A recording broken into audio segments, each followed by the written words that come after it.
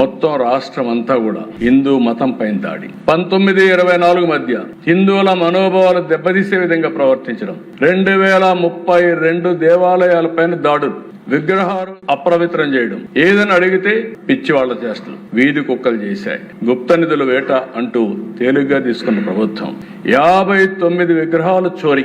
నాటి ప్రభుత్వ దాడులు, కుట్రదారులపై ఎలాంటి కేసులు బుక్ చేయకుండా ఏది కూడా లాజికల్ గా పోని పరిస్థితి.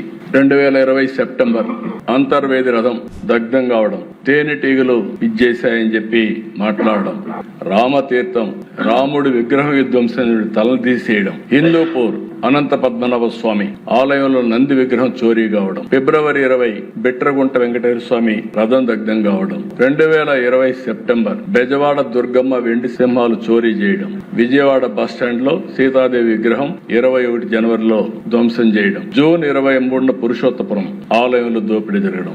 రాజశేఖర రెడ్డి గారు ఉన్నప్పుడు అధ్యక్ష ఇది 7 కొండలు కాదు 2 కొండలని ఉత్తర్వులు ఇచ్చాడు. ఆ ఉత్తర్వు కూడా 338 జీవో ఇచ్చారు.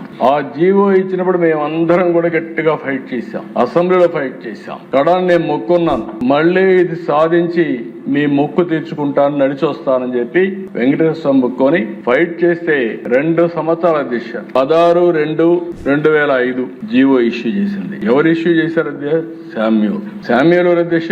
ఆ రోజు ప్రిన్సిపల్ సెక్రటరీ పంచాయతీరాజ్. శామ్యూల్ ఇది క్రిస్టియన్, తప్పులేదు. కానీ బ్రిటిష్ వాళ్ళు కూడా తల పెట్టరటువంటి ఆలోచనకు నాంది పలికిన వ్యక్తులు వీళ్ళు. 7 కొండలవాడ వెంకటరమణ గోవిందా గోవిందా, ఇది స్లోగన్. 7 కొండలు ఆయన వెళ్ళింది మనందరి యొక్క మనోగతమే కాదు, అందరం కూడా అదే స్లోగన్ కింద వెళ్ళాం. అలాంటిది 2 కొండలు అని చెప్పి ఇచ్చి 2 ఏళ్లు దేశం అంతా ఆందోళన జరిగితే మళ్ళా రివైజ్ చేసి ఇచ్చారు. వైఎస్ఆర్ గారు ఇచ్చిన జీవో 747 ఏం చెప్తుందో తెలుసా?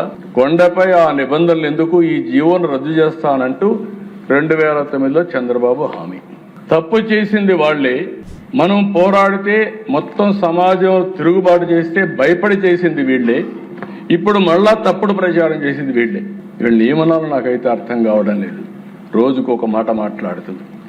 ఉడిపి మఠం ఫ్యాక్ట్ ఫైండింగ్ రిపోర్ట్ ఒకటి ఇమ్మని చెప్పి రాజశేఖర రెడ్డి గారు ముఖ్యమంత్రిగా ఉండగానే ఉడిపి పెజోవర్ మఠానికి చెందిన విశ్వేశ్వర తీర్థ స్వామీజీ తిరుమల తిరుపతిలో జరిగినటువంటి హిందూ మత వ్యతిరేక కార్యకలాపాలపై ఫ్యాక్ట్ ఫైండింగ్ కమిటీ ఏర్పాటు చేశారు అధ్యక్ష. తిరుమల కొండపై అన్యమత ప్రచారం జరుగుతా ఉంది, దీన్ని ఆపాలి. తిరుమల తిరుపతి విద్యా సంస్థల్లో అన్యమత ప్రచారం జరుగుతా ఉంది, ఆపాలి. టీటీడీలో ఉన్న అన్యమత ఉద్యోగులు తొలగించాలి. తిరుమలలో దుకాణాల్లో అన్యమతస్తులు ఉన్నారు, వారిని కూడా రిమూవ్ చేయాలి. కాంట్రాక్ట్ ఉద్యోగస్తులు అన్యమతస్తులు ఉన్నారు, వారిని తొలగించాలి. తిరుమల కొండపై మద్యం మాంసం వంటి కార్యక్రమాలు జరుగుతాయని నిరోధించాలి. బోర్డ్ ఆఫ్ ట్రస్టీ స్థానంలో ఏర్పాటు చేసిన స్పెసిఫైడ్ అథారిటీ అధ్యక్షుడిగా రోసయ్య ఐఏఎస్ క్రిస్టియన్ ని తొలగించి హిందువులు నియమించాలి. టీటీడీ కళ్యాణ మండపాల్లో అన్యమత ప్రచారం నిషేధించాలి. వెంకటేశ్వర స్వామి అంటే 7 కొండలు అనేది ప్రపంచం మొత్తానికి తెలుసు. 7 కొండల పవిత్రత కాపాడి వాటిని పునరుద్ధరించాలి. టీటీడీ నిధులు హిందూ సమాజ హితం కోసం ఖర్చు చేయాలి. టీటీడీ బోర్డు హిందూ మత విశ్వాసం ఉన్న వారికి ఇవ్వాలని ఆ రోజు ఫైట్ చేశారు అధ్యక్ష. పద్మావతి యూనివర్సిటీకి ఒక క్రిస్టియన్ ని ఆ రోజు నామినేట్ చేసే పరిస్థితికి వచ్చారు రాజశేఖర రెడ్డి గారు. మేమంతా గట్టిగా ఫైట్ చేశాం. కన్వర్షన్స్ ని బలవంతంగా చేసే పరిస్థితి కూడా వస్తే దానిపైన కూడా ఫైట్ చేసే పరిస్థితికి వచ్చాం. ఇలాంటి 1-2 విషయాలు కదా అధ్యక్ష, చాలా విషయాల్లో ఆ రోజు వైస్ ఛాన్సలర్స్ నామినేట్ చేయడం ఇలాంటివన్నీ కూడా చేశారు. ఎస్వి యూనివర్సిటీ కాలేజీలో దేవ సంగీతం ఒక ప్రిన్సిపల్ అపాయింట్ చేశారు. ఆయన ఆనవాయితీగా వచ్చేది వెంకటేశ్వర స్వామి టీటీడీ గ్రాంట్, అక్కడ డబ్బులు ఇస్తాం. ఆ డబ్బుల్ని ఉపయోగించుకున్నప్పుడు వెంకటేశ్వర స్వామికి స్టాచ్యూకి గార్లెండ్ వేయడం ఆనవాయితీ. ఆయన వస్తానే అది నిలిపేసే పరిస్థితికి వచ్చాడు.